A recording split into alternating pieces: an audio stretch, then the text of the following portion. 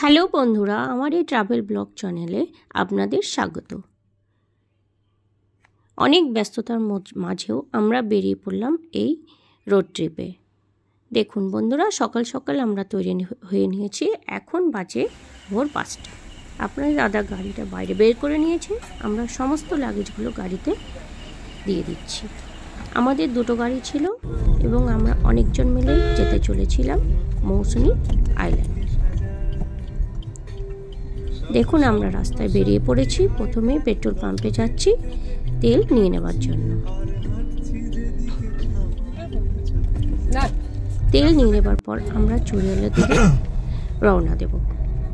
আমার এই ভিডিওটি আপনাদের ভালো লাগলে অবশ্যই লাইক, শেয়ার ও সাবস্ক্রাইব করবেন এবং রাস্তাতে কি কেমন এবং কেমন পরিবেশ আপনাদের সকলের সঙ্গে আমি সেটা শেয়ার করব।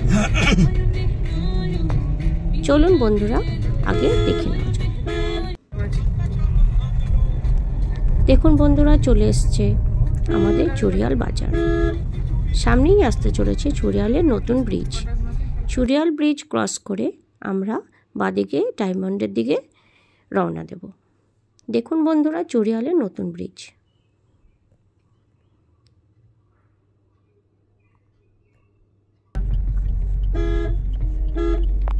চুরিয়াল ব্রিজ ক্রস করে আমরা বাহাতের আমতলা বা ডায়মন্ড হারবারের রোডটা আমরা ধরে নিলাম।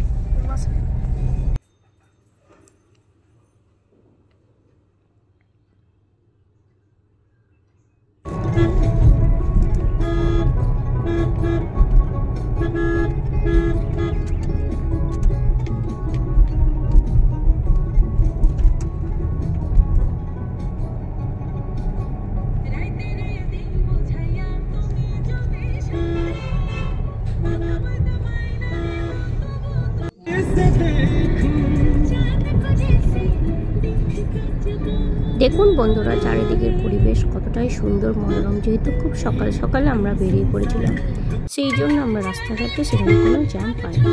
দেখুন আস্তে আস্তেই আমরা পৌঁছে গেলাম ডায়মন্ড হারবার রোড। সামনেই দেখুন মন্নাতে একটি বিল্ডিং।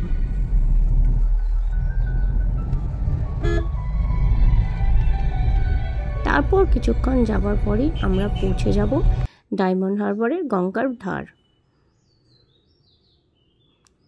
দেখুন আমরা সকলে মিলে পৌঁছে গেছি ডায়মন্ড হারবার গঙ্গার ধার। এবারে আমরা সকলে মিলে গাড়ি থেকে নিচে নেমে পড়লাম সামান্য কিছু জল খাবারের জন্য।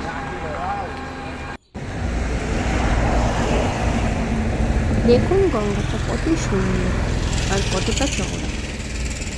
সকালবেলা বলে সেরকম এখানে কোনো আশেপাশে যানজট বা ভিড় নেই, সেই জন্য আমরা খুব সুন্দরভাবে এই জায়গাটা ঘুরে নিতে পারলাম।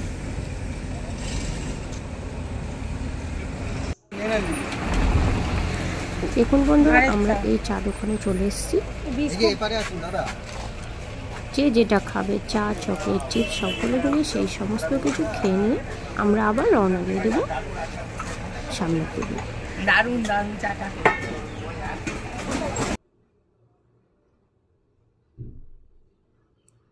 আমরা এই রোড ট্রিপটাতে খুবই আনন্দ করলাম। আপনারাও এরকম কাজের ফাঁকে একবার খুব ছোট্টভাবে এই ট্রিপটা করে নিতে পারবেন।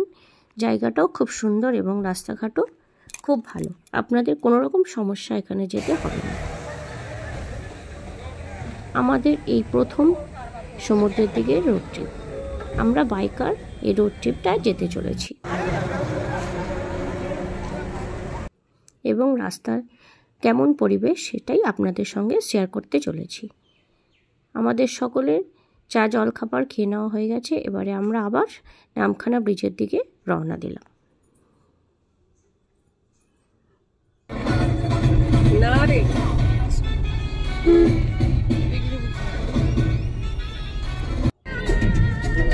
দেখুন যেতে যেতে চারপাশে কত সুন্দর সুন্দর ছোট ছোট মন্দির। আপনাদের ভিতরে ঢুকে তো দেখাতে পারলাম না, সামনে থেকে একটু ছবি নেওয়ার চেষ্টা করেছি। আপনারা এভাবেই দেখে নিন। সামনে একটি বোর্ড আছে, দেখুন আমরা প্রায় চলে এসেছি নামখানা ব্রিজে। দেখুন নতুন নামখানা ব্রিজ। আমরা সামনেই একটু দাঁড়াবো সামনে গঙ্গার ধারে অনেক নৌকো আছে, সেইগুলো ছবি তুলে নেবার জন্য এবং আপনাদের সঙ্গে শেয়ার করবার জন্য।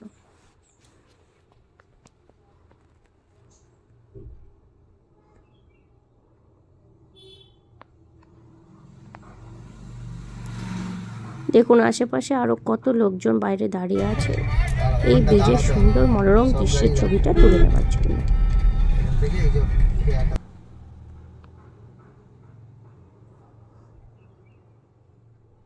দেখুন বন্ধুরা, আমরা এখানে একটু দাঁড়িয়েছি, চারদিকে দেখুন কত নৌকা আর কতটাই না সুন্দর লাগছে চারদিকের পরিবেশ।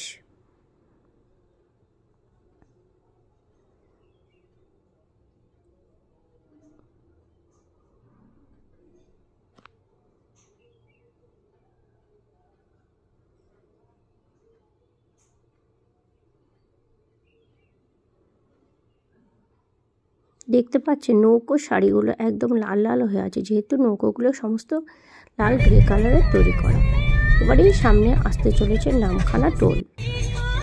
দেখুন আমরা নামখানা টোল ট্যাক্সে দাঁড়িয়ে পড়েছি। লেভেল 2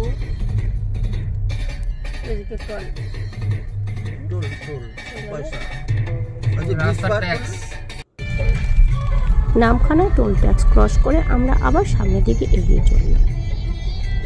কি আছে এটা? Bakkhali 24 kilometre, Fraserganj 22 kilometre. আর হবে না। দেখুন আরো একটা সুন্দর মন্দির চলে গেল।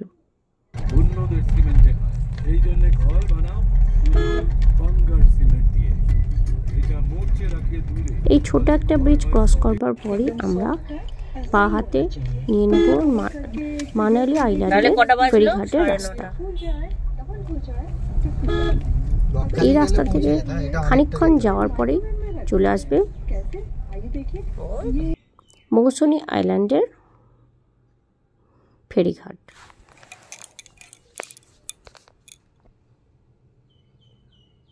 पर लगाइए पिज़्ज़ा सॉस।